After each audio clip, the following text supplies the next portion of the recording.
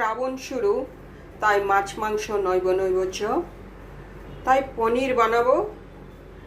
তার জন্য আমি নিয়ে নিয়েছি এই যে লং, এলাচ, কালা मिर्च, রসুন, अदरक, प्याज, ढेर सारा प्याज, ढेर सारा टमाटो। तो नीचे একবারে কষিয়ে ভালোভাবে কষিয়ে নেব মশলাটা।